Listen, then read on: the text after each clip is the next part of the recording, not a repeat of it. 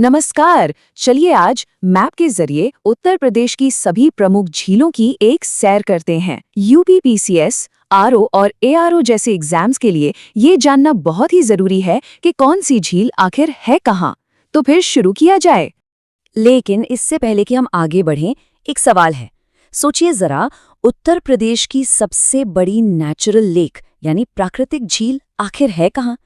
इस सवाल का जवाब वो तो हमें इसी सफर में आगे पता चलेगा। अच्छा, अब उत्तर प्रदेश की इतनी सारी झीलें हैं, इन्हें आसानी से याद कैसे रखा जाए? तो देखिए, इसका एक बहुत आसान तरीका है।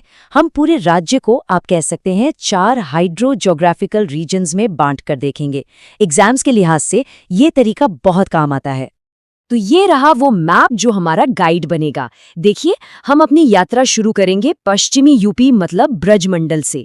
वहां से हम नीचे बुंदेलखंड की तरफ जाएंगे, फिर बीच में यानी मध्य और दोआब क्षेत्र को देखेंगे और आखिर में पहुंचेंगे पूर्वांचल और विंध्य क्षेत्र में। तो तैयार है? हमारा पहला पड़ाव है पश्चिमी और बुंदेलखंड क्षेत्र। ये दोनों ही इलाके सांस्कृतिक और भौगोलिक रूप से काफी दिलचस्प हैं। पश्चिमी यूपी की बात हो और ब्रज भूमि का जिक्र ना हो, ऐसा हो ही नहीं सकता। मथुरा जिले में जो झीलें हैं, उनका सांस्कृतिक महत्व बहुत ही ज्यादा है। नाम सुनिए, श्याम कुंड, राधा कुंड और मानसी गंगा झील। ये सभी नाम सीधे सीधे भगवान कृष्ण की लीलाओं से जुड़े हैं, तो जाहिर है इनका धार्मिक महत्व बहुत गहरा है। चलिए अब थोड़ा दक्षिण की तरफ चलते हैं, बुंदेलखंड की ओर। यहाँ महोबा में हमें मिलती हैं 2 झीलें, मदन सागर और बेला सागर। और फिर हम पहुंचते हैं झांसी, जहाँ है बरवा सागर। इसका एक और नाम है डरवा झील। और हाँ, ये झील ये बहुत खास है। और खास क्यों है? क्योंकि यहीं छिपा है हमारे उस पहले सवाल का जवाब। याद है? जी हाँ, उत्तर प्रदेश की सबसे बड़ी प्राकृतिक झील कोई और नहीं बल्कि यही है, झांसी का बरवा सागर। इस फैक्ट को बिल्कुल याद रखिएगा, बहुत जरूरी है। तो पश्चिमी और बुंदेलखंड क्षेत्र के बाद अब वक्त है अपनी यात्रा को आगे बढ़ाने का। चलिए अब रुक करते हैं राज्य के मध्य, पूर्वांचल और विंध्य क्षेत्रों की तरफ और देखते हैं कि वहां क्या खास है। अच्छा, तो अब हम आ गए हैं सेंट्रल यूपी यानी दोआब वाले इलाके में। यहाँ कानपुर में है समुंदर झील, जिसे मोती झील के नाम से भी जाना जाता है। और कानपुर से थोड़ा और आगे बढ़ें तो कौशाम्बी जिले में हमें अलवारा झील देखने को मिलती है।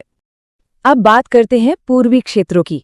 यहाँ भी कुछ बहुत जरूरी झीलें और जलाशय हैं। एक नजर डालते हैं इन पर।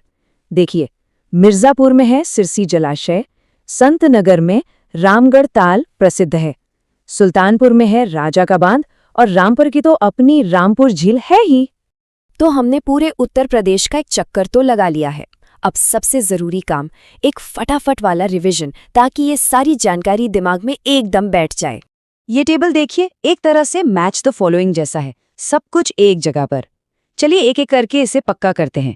पहला, झांसी। यहाँ है बरवा सागर, जो प्रदेश की सबसे बड़ी प्राकृतिक झील है और ये पड़ता है बुंदेलखंड क्षेत्र में। फिर है मथुरा, यहाँ के राधा कुंड, मानसी गंगा और श्याम कुंड है ब्रज क्षेत्र में। आगे बढ़ते हैं महोबा, यहाँ है मदन सागर और बेला सागर, ये ऐतिहासिक सागर हैं। कानपुर में है समुंदर झील या मोती झील, ये है मध्य क्षेत्र में। कौशाम्बी में है अलवारा झील, जो आती है दोआब क्षेत्र में। सुल्तानपुर का राजा का बांध पड़ता है पूर्वांचल में। और आखिर में मिर्जापुर का सिरसी जलाशय, जो है विंध्य क्षेत्र में।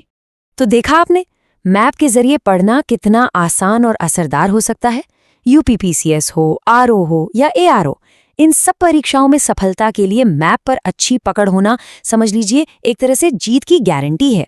याद रखिए, इन झीलों के लोकेशन को समझना सिर्फ रटना नहीं है, ये तो पूरे राज्य की ज्योग्राफी को अपनी आंखों से देखने जैसा है। तो अपनी तैयारी को ऐसे ही मजबूत करते रहिए। मिलते हैं अगली बार एक नए टॉपिक के साथ।